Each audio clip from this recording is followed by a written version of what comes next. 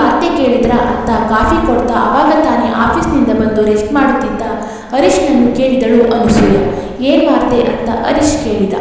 ಅದಕ್ಕೆ ಅನಸೂಯ, ನನ್ನ ಫೋನ್ಗೆ ಬಂದಿರೋ ಮೆಸೇಜ್ ನಿಮ್ಮ ಫೋನ್ಗೆ ಬಂದಿಲ್ವಾ? ಇದನ್ನು ನನ್ನ ನಂಬುವಂತೀರಾ ಅಂತ ಕೇಳಿದಳು.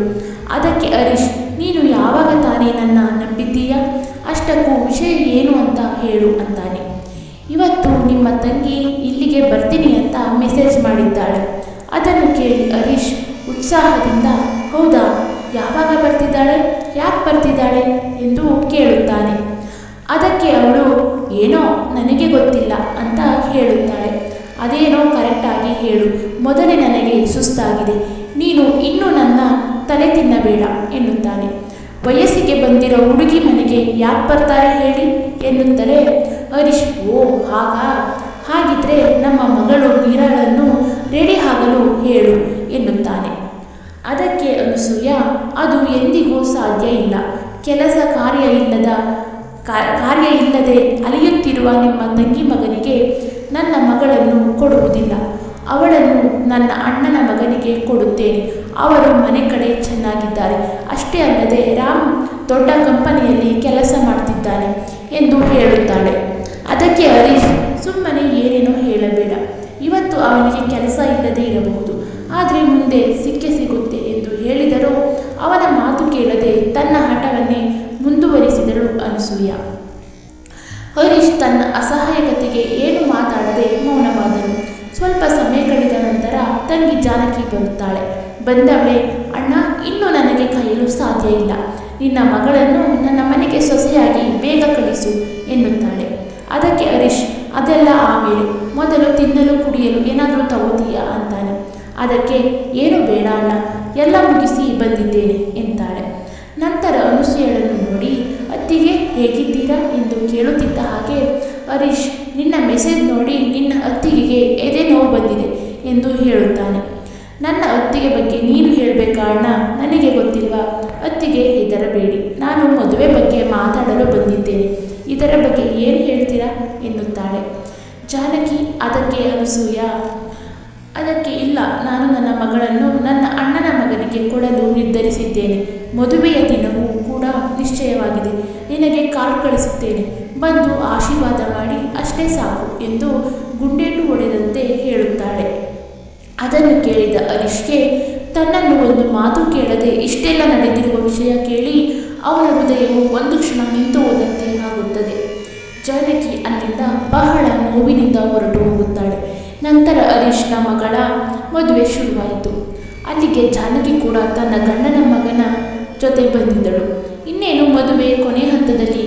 ಮದುವೆ ಹುಡುಗ ತನಗೆ ಈ ಮದುವೆ ಇಷ್ಟ ಇಲ್ಲ, ಮನೆಯವರ ಒತ್ತಾಯಕ್ಕೆ ಒಪ್ಪಿಕೊಂಡಿದ್ದೆ, ದಯವಿಟ್ಟು ಕ್ಷಮಿಸಿ ಎಂದು ಪತ್ರ ಬರೆದು ಓಡಿ ಹೋಗಿರುತ್ತಾನೆ. ಇದರಿಂದ ಏನು ಮಾಡಬೇಕು ಎಂದು ತಿಳಿಯದೆ ಎಲ್ಲರೂ ಕಂಗಾಲಾಗಿದ್ದರು. ಅನಸೂಯ ತನ್ನ ತಂಗಿಯನ್ನು ವಿರುದ್ಧ ಕೆಟ್ಟ ಹಠಕ್ಕೆ ಬಿದ್ದು, ನನ್ನ ಮಗಳ ಜೀವನವನ್ನು ಹಾಳು ಮಾಡಿಬಿಟ್ಟೆ ಎಂದು ಬೈತಾನೆ. ಇದನ್ನೆಲ್ಲ ಗಮನಿಸುತ್ತಿದ್ದ ಜಾನಕಿ ತನ್ನ ಅತ್ತಿಗೆ ಬಳಿ ಬಂದು, ಅತ್ತಿಗೆ, ನೀವು ಒಪ್ಪೋದಾದರೆ ನಿಮ್ಮ ಮಗಳಿಗೆ ನನ್ನ ಮಗ ತಾಳಿ ಕಟ್ಟುತ್ತಾನೆ ಎಂದು ಕೇಳಿದಾಗ, ನನ್ನನ್ನು ಕ್ಷಮಿಸು ಜಾನಕಿ, ನಿನ್ನ ಮಾತು ಕೇಳದೆ ನಾನು ದೊಡ್ಡ ತಪ್ಪು ಮಾಡಿಬಿಟ್ಟೆ. ನನ್ನ ಮಗಳಿಗೆ ನಾನೇ ಮುಳ್ಳಾಗಿಬಿಟ್ಟೆ ಎಂದು ಗೋಳಾಡುತ್ತಾಳೆ. ಎಲ್ಲ ವಿಷಯಗಳು ಬಗೆಹರಿದ ನಂತರ ಜಾನಕಿ ಅಂದುಕೊಂಡಂತೆ ತನ್ನ ಮಗ ತನ್ನ ಅಣ್ಣನ ಮಗಳನ್ನು ಮದುವೆಯಾಗುತ್ತಾನೆ. ಇದರಿಂದ ಅಣ್ಣ ಮತ್ತು ತಂಗಿಯ ಸಂಬಂಧ ಇನ್ನಷ್ಟು ಗಟ್ಟಿಯಾಗುತ್ತೆ. ಸ್ನೇಹಿತರೆ, ಈ ಪುಟ್ಟ ಕಥೆ ಇಷ್ಟವಾಗಿದ್ದಲ್ಲಿ ಒಂದು ಲೈಕ್ ಮಾಡಿ, ಶೇರ್ ಮಾಡಿ, ಕಮೆಂಟ್ ಮಾಡಿ. ಹಾಗೆ ನನ್ನ ಚಾನಲ್ನ ಸಬ್ಸ್ಕ್ರೈಬ್ ಮಾಡ್ಕೊಳ್ಳೋದನ್ನು ಮರಿಬೇಡಿ. Thank you for watching. Keep support me. ಧನ್ಯವಾದಗಳು. ಏನ್ರಿ, ಈ ವಾರ್ತೆ ಕೇಳಿದ್ರಾ ಅಂತ ಕಾಫಿ ಕೊಡ್ತಾ ಆವಾಗ ತಾನೇ ಆಫೀಸ್ನಿಂದ ಬಂದು ರೆಸ್ಟ್ ಮಾಡುತ್ತಿದ್ದ ಹರೀಶ್ನನ್ನು ಕೇಳಿದಳು ಅನಸೂಯ. ಏನು ವಾರ್ತೆ ಅಂತ ಹರೀಶ್ ಕೇಳಿದ. ಅದಕ್ಕೆ ಅನಸೂಯ, ನನ್ನ ಫೋನ್ಗೆ ಬಂದಿರೋ ಮೆಸೇಜ್ ನಿಮ್ಮ ಫೋನ್ಗೆ ಬಂದಿಲ್ವಾ? ಇದನ್ನು ನನ್ನ ನಂಬುವಂತೀರಾ ಅಂತ ಕೇಳಿದಳು. ಅದಕ್ಕೆ ಹರೀಶ್, ನೀನು ಯಾವಾಗ ತಾನೇ ನನ್ನ ನಂಬಿದ್ದೀಯಾ? ಅಷ್ಟಕ್ಕೂ ವಿಷಯ ಏನು ಅಂತ ಹೇಳು ಅಂತಾನೆ. ಇವತ್ತು ನಿಮ್ಮ ತಂಗಿ ಇಲ್ಲಿಗೆ ಬರ್ತೀನಿ ಅಂತ ಮೆಸೇಜ್ ಮಾಡಿದ್ದಾಳೆ.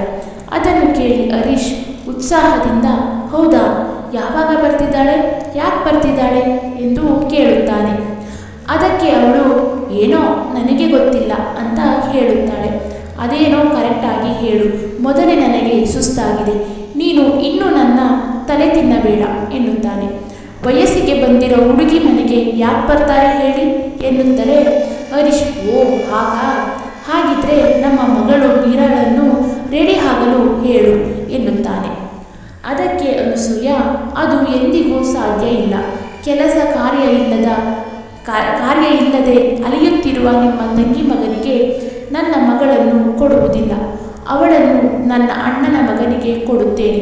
ಅವರು ಮನೆ ಕಡೆ ಚೆನ್ನಾಗಿದ್ದಾರೆ. ಅಷ್ಟೇ ಅಲ್ಲದೆ ರಾಮ್ ದೊಡ್ಡ ಕಂಪನಿಯಲ್ಲಿ ಕೆಲಸ ಮಾಡ್ತಿದ್ದಾನೆ ಎಂದು ಹೇಳುತ್ತಾಳೆ. ಅದಕ್ಕೆ ಹರೀಶ್, ಸುಮ್ಮನೆ ಏನೇನೋ ಹೇಳಬೇಡ. ಇವತ್ತು ಅವನಿಗೆ ಕೆಲಸ ಇಲ್ಲದೆ ಇರಬಹುದು, ಆದರೆ ಮುಂದೆ ಸಿಗುತ್ತೆ ಎಂದು ಹೇಳಿದರೂ ಅವನ ಮಾತು ಕೇಳದೆ ತನ್ನ ಹಠವನ್ನೇ ಮುಂದುವರಿಸಿದಳು ಅನಸೂಯ. ಹರೀಶ್ ತನ್ನ ಅಸಹಾಯಕತೆಗೆ ಏನು ಮಾತಾಡದೆ ಮೌನವಾದನು. ಸ್ವಲ್ಪ ಸಮಯ ಕಳೆದ ನಂತರ ತಂಗಿ ಜಾನಕಿ ಬರುತ್ತಾಳೆ. ಬಂದವಳೆ, ಅಣ್ಣ, ಇನ್ನೂ ನನಗೆ ಕೈಯಲು ಸಾಧ್ಯ ಇಲ್ಲ. ನಿನ್ನ ಮಗಳನ್ನು ನನ್ನ ಮನೆಗೆ ಸೊಸೆಯಾಗಿ ಬೇಗ ಕಳಿಸು ಎನ್ನುತ್ತಾಳೆ. ಅದಕ್ಕೆ ಹರೀಶ್, ಅದೆಲ್ಲ ಆಮೇಲೆ, ಮೊದಲು ತಿನ್ನಲು ಕುಡಿಯಲು ಏನಾದರೂ ತಗೋತೀಯಾ ಅಂತಾನೆ. ಅದಕ್ಕೆ, ಏನು ಬೇಡ ಅಣ್ಣ, ಎಲ್ಲ ಮುಗಿಸಿ ಬಂದಿದ್ದೇನೆ ಎಂತಾಳೆ. ನಂತರ ಅನಸೂಯಳನ್ನು ನೋಡಿ, ಅತ್ತಿಗೆ ಹೇಗಿದ್ದೀರಾ ಎಂದು ಕೇಳುತ್ತಿದ್ದ ಹಾಗೆ ಹರೀಶ್, ನಿನ್ನ ಮೆಸೇಜ್ ನೋಡಿ ನಿನ್ನ ಅತ್ತಿಗೆಗೆ ಎದೆ ನೋವು ಬಂದಿದೆ ಎಂದು ಹೇಳುತ್ತಾನೆ. ನನ್ನ ಅತ್ತಿಗೆ ಬಗ್ಗೆ ನೀನು ಹೇಳಬೇಕಾ ಅಣ್ಣ, ನನಗೆ ಗೊತ್ತಿಲ್ವಾ? ಅತ್ತಿಗೆ ಹೆದರಬೇಡಿ, ನಾನು ಮದುವೆ ಬಗ್ಗೆ ಮಾತಾಡಲು ಬಂದಿದ್ದೇನೆ. ಇದರ ಬಗ್ಗೆ ಏನು ಹೇಳ್ತೀರಾ ಎನ್ನುತ್ತಾಳೆ ಜಾನಕಿ. ಅದಕ್ಕೆ ಅನಸೂಯ, ಅದಕ್ಕೆ ಇಲ್ಲ, ನಾನು ನನ್ನ ಮಗಳನ್ನು ನನ್ನ ಅಣ್ಣನ ಮಗನಿಗೆ ಕೊಡಲು ನಿರ್ಧರಿಸಿದ್ದೇನೆ. ಮದುವೆಯ ದಿನವೂ ಕೂಡ ನಿಶ್ಚಯವಾಗಿದೆ. ನಿನಗೆ ಕಾರ್ಡ್ ಕಳಿಸುತ್ತೇನೆ, ಬಂದು ಆಶೀರ್ವಾದ ಮಾಡಿ ಅಷ್ಟೇ ಸಾಕು ಎಂದು ಗುಂಡೇಟು ಹೊಡೆದಂತೆ ಹೇಳುತ್ತಾಳೆ. ಅದನ್ನು ಕೇಳಿದ ಹರೀಶ್ಗೆ ತನ್ನನ್ನು ಒಂದು ಮಾತು ಕೇಳದೆ ಇಷ್ಟೆಲ್ಲ ನಡೆದಿರುವ ವಿಷಯ ಕೇಳಿ ಅವನ ಹೃದಯವು ಒಂದು ಕ್ಷಣ ನಿಂತು ಹೋದಂತೆ ಆಗುತ್ತದೆ. ಜಾನಕಿ ಅಲ್ಲಿಂದ ಬಹಳ ನೋವಿನಿಂದ ಹೊರಟು ಹೋಗುತ್ತಾಳೆ. ನಂತರ ಹರೀಶ್ನ ಮಗಳ ಮದುವೆ ಶುರುವಾಯಿತು. ಅಲ್ಲಿಗೆ ಜಾನಕಿ ಕೂಡ ತನ್ನ ಗಂಡನ ಮಗನ ಜೊತೆ ಬಂದಿದ್ದಳು. ಇನ್ನೇನು ಮದುವೆ ಕೊನೆ ಹಂತದಲ್ಲಿ. ಮದುವೆ ಹುಡುಗ ತನಗೆ ಈ ಮದುವೆ ಇಷ್ಟ ಇಲ್ಲ, ಮನೆಯವರ ಒತ್ತಾಯಕ್ಕೆ ಒಪ್ಪಿಕೊಂಡಿದ್ದೆ, ದಯವಿಟ್ಟು ಕ್ಷಮಿಸಿ ಎಂದು ಪತ್ರ ಬರೆದು ಓಡಿ ಹೋಗಿರುತ್ತಾನೆ. ಇದರಿಂದ ಏನು ಮಾಡಬೇಕು ಎಂದು ತಿಳಿಯದೆ ಎಲ್ಲರೂ ಕಂಗಾಲಾಗಿದ್ದರು. ಅನಸೂಯ ತನ್ನ ತಂಗಿಯನ್ನು ವಿರುದ್ಧ ಕೆಟ್ಟ ಹಠಕ್ಕೆ ಬಿದ್ದು ನನ್ನ ಮಗಳ ಜೀವನವನ್ನು ಹಾಳು ಮಾಡಿಬಿಟ್ಟೆ ಎಂದು ಬೈತಾನೆ. ಇದನ್ನೆಲ್ಲ ಗಮನಿಸುತ್ತಿದ್ದ ಜಾನಕಿ ತನ್ನ ಅತ್ತಿಗೆ ಬಳಿ ಬಂದು, ಅತ್ತಿಗೆ, ನೀವು ಒಪ್ಪೋದಾದರೆ ನಿಮ್ಮ ಮಗಳಿಗೆ ನನ್ನ ಮಗ ತಾಳಿ ಕಟ್ಟುತ್ತಾನೆ ಎಂದು ಕೇಳಿದಾಗ, ನನ್ನನ್ನು ಕ್ಷಮಿಸು ಜಾನಕಿ, ನಿನ್ನ ಮಾತು ಕೇಳದೆ ನಾನು ದೊಡ್ಡ ತಪ್ಪು ಮಾಡಿಬಿಟ್ಟೆ. ನನ್ನ ಮಗಳಿಗೆ ನಾನೇ ಮುಳ್ಳಾಗಿಬಿಟ್ಟೆ ಎಂದು ಗೋಳಾಡುತ್ತಾಳೆ. ಎಲ್ಲ ವಿಷಯಗಳು ಬಗೆಹರಿದ ನಂತರ ಜಾನಕಿ ಅಂದುಕೊಂಡಂತೆ ತನ್ನ ಮಗ ತನ್ನ ಅಣ್ಣನ ಮಗಳನ್ನು ಮದುವೆಯಾಗುತ್ತಾನೆ. ಇದರಿಂದ ಅಣ್ಣ ಮತ್ತು ತಂಗಿಯ ಸಂಬಂಧ ಇನ್ನಷ್ಟು ಗಟ್ಟಿಯಾಗುತ್ತೆ. ಸ್ನೇಹಿತರೆ, ಈ ಪುಟ್ಟ ಕಥೆ ಇಷ್ಟವಾಗಿದ್ದಲ್ಲಿ ಒಂದು ಲೈಕ್ ಮಾಡಿ, ಶೇರ್ ಮಾಡಿ, ಕಮೆಂಟ್ ಮಾಡಿ, ಹಾಗೆ ನನ್ನ ಚಾನಲ್ನ ಸಬ್ಸ್ಕ್ರೈಬ್ ಮಾಡ್ಕೊಳ್ಳೋದನ್ನು ಮರಿಬೇಡಿ. Thank you for watching. Keep support me. ಧನ್ಯವಾದಗಳು.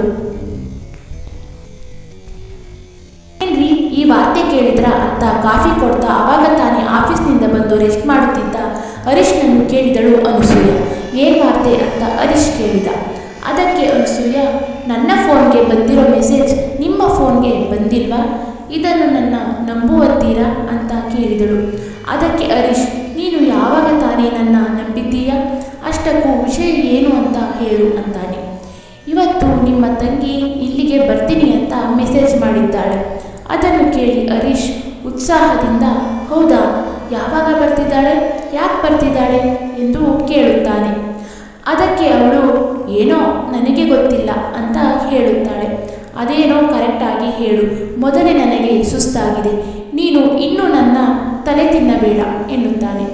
ವಯಸ್ಸಿಗೆ ಬಂದಿರೋ ಹುಡುಗಿ ಮನೆಗೆ ಯಾಕೆ ಬರ್ತಾರೆ ಹೇಳಿ ಎನ್ನುತ್ತಲೇ ಹರೀಶ್, ಓ ಹಾಗಾ, ಹಾಗಿದ್ರೆ ನಮ್ಮ ಮಗಳು ಮೀರಾಳನ್ನು ರೆಡಿ ಆಗಲು ಹೇಳು ಎನ್ನುತ್ತಾನೆ. ಅದಕ್ಕೆ ಅನಸೂಯ, ಅದು ಎಂದಿಗೂ ಸಾಧ್ಯ ಇಲ್ಲ. ಕೆಲಸ ಕಾರ್ಯ ಇಲ್ಲದೆ ಅಲಿಯುತ್ತಿರುವ ನಿಮ್ಮ ತಂಗಿ ಮಗನಿಗೆ ನನ್ನ ಮಗಳನ್ನು ಕೊಡುವುದಿಲ್ಲ. ಅವಳನ್ನು ನನ್ನ ಅಣ್ಣನ ಮಗನಿಗೆ ಕೊಡುತ್ತೇನೆ. ಅವರು ಮನೆ ಕಡೆ ಚೆನ್ನಾಗಿದ್ದಾರೆ. ಅಷ್ಟೇ ಅಲ್ಲದೆ ರಾಮ್ ದೊಡ್ಡ ಕಂಪನಿಯಲ್ಲಿ ಕೆಲಸ ಮಾಡ್ತಿದ್ದಾನೆ ಎಂದು ಹೇಳುತ್ತಾಳೆ.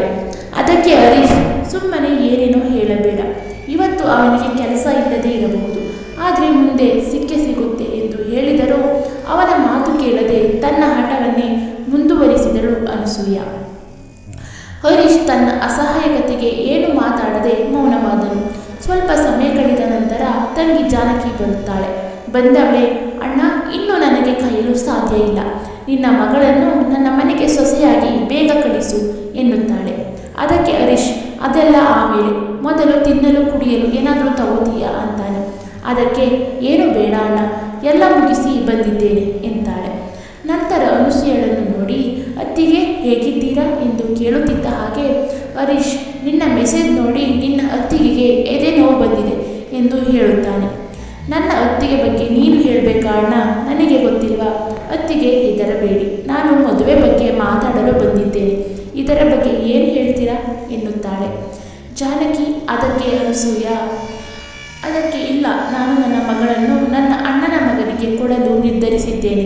ಮದುವೆಯ ದಿನವೂ ಕೂಡ ನಿಶ್ಚಯವಾಗಿದೆ. ನಿನಗೆ ಕಾಲು ಕಳಿಸುತ್ತೇನೆ, ಬಂದು ಆಶೀರ್ವಾದ ಮಾಡಿ ಅಷ್ಟೇ ಸಾಕು ಎಂದು ಗುಂಡೇಟು ಹೊಡೆದಂತೆ ಹೇಳುತ್ತಾಳೆ. ಅದನ್ನು ಕೇಳಿದ ಹರೀಶ್ಗೆ ತನ್ನನ್ನು ಒಂದು ಮಾತು ಕೇಳದೆ ಇಷ್ಟೆಲ್ಲ ನಡೆದಿರುವ ವಿಷಯ ಕೇಳಿ ಅವನ ಹೃದಯವು ಒಂದು ಕ್ಷಣ ನಿಂತು ಹೋದಂತೆ ಆಗುತ್ತದೆ. ಜಾನಕಿ ಅಲ್ಲಿಂದ ಬಹಳ ನೋವಿನಿಂದ ಹೊರಟು ಹೋಗುತ್ತಾಳೆ. ನಂತರ ಹರೀಶ್ನ ಮಗಳ ಮದುವೆ ಶುರುವಾಯಿತು. ಅಲ್ಲಿಗೆ ಜಾನಕಿ ಕೂಡ ತನ್ನ ಗಂಡನ ಮಗನ ಜೊತೆ ಬಂದಿದ್ದಳು. ಇನ್ನೇನು ಮದುವೆ ಕೊನೆ ಹಂತದಲ್ಲಿ. ಮದುವೆ ಹುಡುಗ ತನಗೆ ಈ ಮದುವೆ ಇಷ್ಟ ಇಲ್ಲ, ಮನೆಯವರ ಒತ್ತಾಯಕ್ಕೆ ಒಪ್ಪಿಕೊಂಡಿದ್ದೆ, ದಯವಿಟ್ಟು ಕ್ಷಮಿಸಿ ಎಂದು ಪತ್ರ ಬರೆದು ಓಡಿ ಹೋಗಿರುತ್ತಾನೆ. ಇದರಿಂದ ಏನು ಮಾಡಬೇಕು ಎಂದು ತಿಳಿಯದೆ ಎಲ್ಲರೂ ಕಂಗಾಲಾಗಿದ್ದರು. ಅನಸೂಯ ತನ್ನ ತಂಗಿಯನ್ನು ವಿರುದ್ಧ ಕೆಟ್ಟ ಹಠಕ್ಕೆ ಬಿದ್ದು ನನ್ನ ಮಗಳ ಜೀವನವನ್ನು ಹಾಳು ಮಾಡಿಬಿಟ್ಟೆ ಎಂದು ಬೈತಾನೆ. ಇದನ್ನೆಲ್ಲ ಗಮನಿಸುತ್ತಿದ್ದ ಜಾನಕಿ ತನ್ನ ಅತ್ತಿಗೆ ಬಳಿ ಬಂದು, ಅತ್ತಿಗೆ, ನೀವು ಒಪ್ಪೋದಾದರೆ ನಿಮ್ಮ ಮಗಳಿಗೆ ನನ್ನ ಮಗ ತಾಳಿ ಕಟ್ಟುತ್ತಾನೆ ಎಂದು ಕೇಳಿದಾಗ, ನನ್ನನ್ನು ಕ್ಷಮಿಸು ಜಾನಕಿ, ನಿನ್ನ ಮಾತು ಕೇಳದೆ ನಾನು ದೊಡ್ಡ ತಪ್ಪು ಮಾಡಿಬಿಟ್ಟೆ, ನನ್ನ ಮಗಳಿಗೆ ನಾನೇ ಮುಳ್ಳಾಗಿಬಿಟ್ಟೆ ಎಂದು ಗೋಳಾಡುತ್ತಾಳೆ. ಎಲ್ಲ ವಿಷಯಗಳು ಬಗೆಹರಿದ ನಂತರ ಜಾನಕಿ ಅಂದುಕೊಂಡಂತೆ ತನ್ನ ಮಗ ತನ್ನ ಅಣ್ಣನ ಮಗಳನ್ನು ಮದುವೆಯಾಗುತ್ತಾನೆ. ಇದರಿಂದ ಅಣ್ಣ ಮತ್ತು ತಂಗಿಯ ಸಂಬಂಧ ಇನ್ನಷ್ಟು ಗಟ್ಟಿಯಾಗುತ್ತೆ. ಸ್ನೇಹಿತರೆ, ಈ ಪುಟ್ಟ ಕಥೆ ಇಷ್ಟವಾಗಿದ್ದಲ್ಲಿ ಒಂದು ಲೈಕ್ ಮಾಡಿ, ಶೇರ್ ಮಾಡಿ, ಕಮೆಂಟ್ ಮಾಡಿ, ಹಾಗೆ ನನ್ನ ಚಾನಲ್ನ ಸಬ್ಸ್ಕ್ರೈಬ್ ಮಾಡ್ಕೊಳ್ಳೋದನ್ನು ಮರಿಬೇಡಿ. Thank you for watching. Keep support me. ಧನ್ಯವಾದಗಳು.